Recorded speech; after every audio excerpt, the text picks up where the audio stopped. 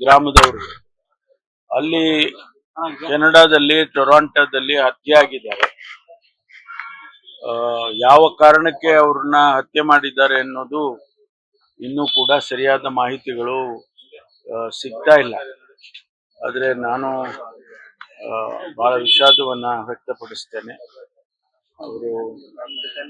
ಅವರ ಆತ್ಮಕ್ಕೆ ಶಾಂತಿ ಸಿಗಲಿ ಮತ್ತು ಅವರ ಕುಟುಂಬ ವರ್ಗದವರಿಗೆ, ವಿಶೇಷವಾಗಿ ಅವರ ತಂದೆ ತಾಯಿ, ಒಬ್ಬನೇ ಮಗ, ಬೇರೆ ಮಕ್ಕಳು ಯಾರು ಕೂಡ ಇಲ್ಲ. ಅವ್ರ ತಂದೆ ತಾಯಿಗಳು ಇಲ್ಲೇ ತ್ಯಾಮಗೊಂಡ್ಲಲ್ಲಿ ಇದ್ದಾರೆ. ಅವರನ್ನು ಕೂಡ ನಾನು ಈಗ ಭೇಟಿ ಮಾಡೋದಕ್ಕೆ ಹೊರಟಿದ್ದೇನೆ. ನಿಜಕ್ಕೂ ಕೂಡ ಇದು ಒಂದು ಸ್ಯಾಡ್ ಸ್ಟೋರಿ.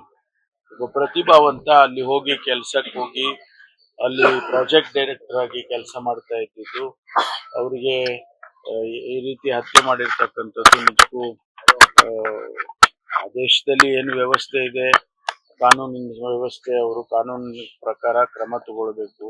ಮತ್ತು ಈಗಾಗಲೇ ಇನ್ವೆಸ್ಟಿಗೇಷನ್ ಪ್ರಾರಂಭ ಮಾಡಿದ್ದಾರೆ ಅಂತ ಹೇಳಿ ಕೇಳಿದ್ದೇನೆ. ಅದರಿಂದ ಅವರ ಕುಟುಂಬ ವರ್ಗದವರಿಗೆ ಭಗವಂತ ನಷ್ಟವನ್ನು ಭರಿಸ್ತಕ್ಕಂಥ ಶಕ್ತಿ ಕೊಡ್ಲಿ ಅವ್ರ ತಂದೆ ತಾಯಿಗಳಿಗೆ ಅಂತ ಹೇಳಿ ಪ್ರಾರ್ಥನೆಯನ್ನು ಮಾಡ್ತೇನೆ.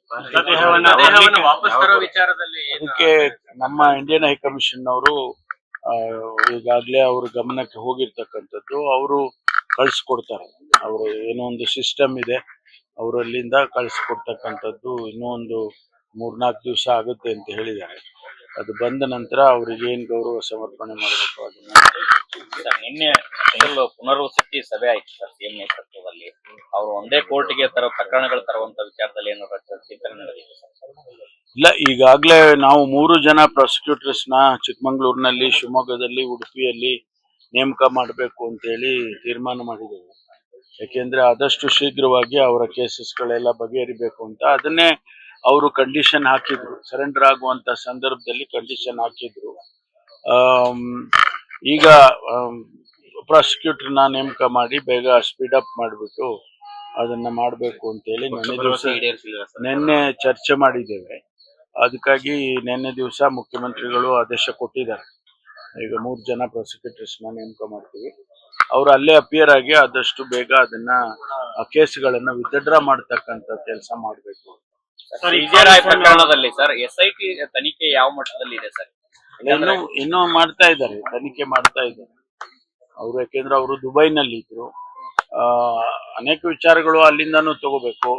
ಆಮೇಲೆ ಇನ್ಕಮ್ ಟ್ಯಾಕ್ಸಿನ ವಿಚಾರಗಳು ಕೂಡ ಇದೆ ಅದರಲ್ಲಿ. ಅದೆಲ್ಲವನ್ನು ಕೂಡ ನೋಡಿ ತನಿಖೆ ಮಾಡಿ ಆಮೇಲೆ ವರದಿ ಕೊಡ್ತಾರೆ. ಡೆತ್ ನೋಟ್ ಏನು ಇಲ್ಲ ಅಂತ ಹೇಳಿದ್ದಾರೆ. ಡೈರಿಗಳು ಅದು ಇದೆಲ್ಲ ಅವರು ತಗೊಂಡಿದ್ದಾರೆ ಅಂತ ಹೇಳಿದ್ರು. ಯಾಕೆಂದ್ರೆ ಅವರು ಎಲ್ಲವನ್ನೂ ಕೂಡ ರಿವೀಲ್ ಮಾಡೋದು, ಬಿಟ್ಸ್ ಅಂಡ್ ಪೀಸಸ್ ರಿವೀಲ್ ಮಾಡೋದಿಲ್ವಲ್ಲ, ಎಲ್ಲ ವರದಿ ಕೊಡ್ತಾರೆ. ಇಲ್ಲ, ಅದು ಅವ್ರಿಗೆ ಬಿಟ್ಟಿದೆ, SIT ಬಿಟ್ಟಿದೆ. ಯಾಕೆಂದ್ರೆ ಏನು ಮಾಹಿತಿ ಸಿಕ್ಕಿತೆ ಅದ್ರ ಮೇಲೆ ಇನ್ವೆಸ್ಟಿಗೇಷನ್ ಹೋಗುತ್ತೆ. ಅದನ್ನ ನಾವು ಹಿಂಗೆ ಆಗಿದೆ ಅಂತ ಹೇಳಿ ಈಗ ಹೇಳಕ್ ಬರೋದಿಲ್ಲ ಸರ್. ಡೈರಿಯಲ್ಲಿ ಕೆಲ ರಾಜಕಾರಣಿಗಳ ಹೆಸರು ಉಲ್ಲೇಖ ಆಗಿದೆ ಅನ್ನೋಂಥದ್ದು ಇದೆ ಸರ್, ಹೌದಾ ಸರ್? ಅದೇ ನಾ ಹೇಳಿದ್ನಲ್ಲ, ವರದಿ ಬರೋ ತನಕ ನಾವೇನು ಹೇಳಕ್ ಆಗೋದಿಲ್ಲ. ನೀವ್ ಹೆಂಗ್ ತಿರುಗಿಸಿ ಹೇಳಿದ್ರು ನಾನು ಅದೇ ಹೇಳ್ಬೇಕು.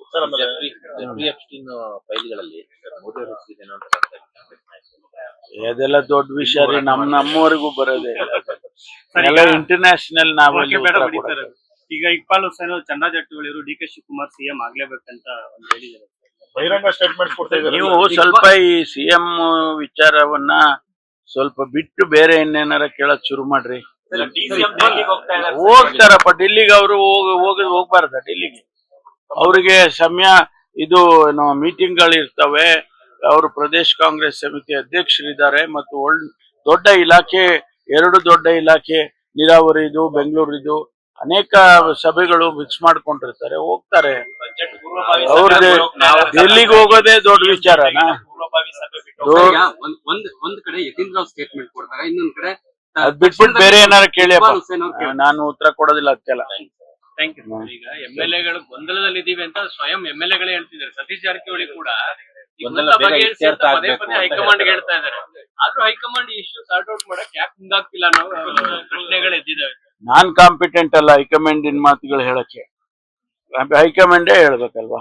ಹೈಕಮಾಂಡ್ ವೀಕ್ ಆಗಿದೆ ಅಂತ. ನಾನು ಹೈಕಮಾಂಡ್ ವೀಕ್ ಆಗಿದೆ ಅಂತ. ನಿಮ್ಗೆ ಅದೇ ಹೇಳಿದ್ನಲ್ಲ, ಹಿಂಗ ತಿರುಗಿಸ್ ಮಾತಾಡ್ತೀರಾ, ಹಂಗೂ ತಿರುಗಿಸ್ ಮಾತಾಡ್ತೀರಾ. ಬಿಟ್ಬಿಡಿ ಆ ವಿಷಯ, ಬಿಟ್ಬಿಟ್ಟು ಬೇರೆ ಮುಖ್ಯಮಂತ್ರಿ ವಿಷಯ ನೀವು ಬಿಟ್ಬಿಟ್ಟು ಬೇರೆ ಇನ್ನೇನಾದ್ರೂ ಡೆವಲಪ್ಮೆಂಟ್ಸ್, ಬಡ್ಜೆಟ್ ಆ ತರದ್ದೆಲ್ಲ ಕೇಳಿ. ನಮ್ದಾಗೋಯ್ತು, ಫಸ್ಟೇ ನಮ್ದು ಒಳಾಡಳಿತ ಇಲಾಖೆದೆ ಮುಗ್ದೋಯ್ತು. ನಿನ್ನೆ ನೆಲಮಂಗಲದಲ್ಲಿ ಸರ್ ಚೈನ್ ಸ್ನ್ಯಾಚಿಂಗ್ ಆಗಿದೆ. ಸ್ಪ್ರೇ ಮಾಡೋದಕ್ಕೆ ಮಹಿಳೆ ಅಲ್ಲೇ ಈಗ ಅಲ್ಲೇ ಹೋಗ್ತಾ ಇದ್ದೀನಿ, ವಿಚಾರ ಮಾಡ್ತೀನಿ. ಜಾಸ್ತಿ ಆಗ್ತಾ ಇದೆಯಲ್ಲ. ಈಗ ಅಲ್ಲೇ ವಿಚಾರ ಮಾಡ್ತೀನಿ, ಹೋಗ್ತಾ ಇನ್ನೇ ಇದ್ದೀನಿ ದರ ಜಾಸ್ತಿ ಆಗ್ತದೆ. ನೆಲಮಂಗ್ಲಕ್ಕೆ. ಸರ್ ಇನ್ನೊಂದು ನೆಲಮಂಗ್ಲಿಗೆ, ತ್ಯಾಮಗೊಂಡ್ಲಿಗೆ, ಅಲ್ಲಿ ಅವ್ರು ನಮ್ಮ ಚಂದನ್ ಕುಮಾರ್ ಅವ್ರ ಮನೆಗೆ ಹೋಗ್ತಾ ಇದ್ದೀನಿ. ಅಲ್ಲಿ ಅಧಿಕಾರಿಗಳು ಬರ್ತಾರೆ, ಅಲ್ಲೇ ವಿಚಾರ ಮಾಡ್ತೀನಿ. ಸಚಿವರ ನಾಳೆ ಇಲ್ಲ ಸರ್, ನಾಳೆ ಸಭೆ ಇದೆ. ವಿಧಾನಸೌಧದ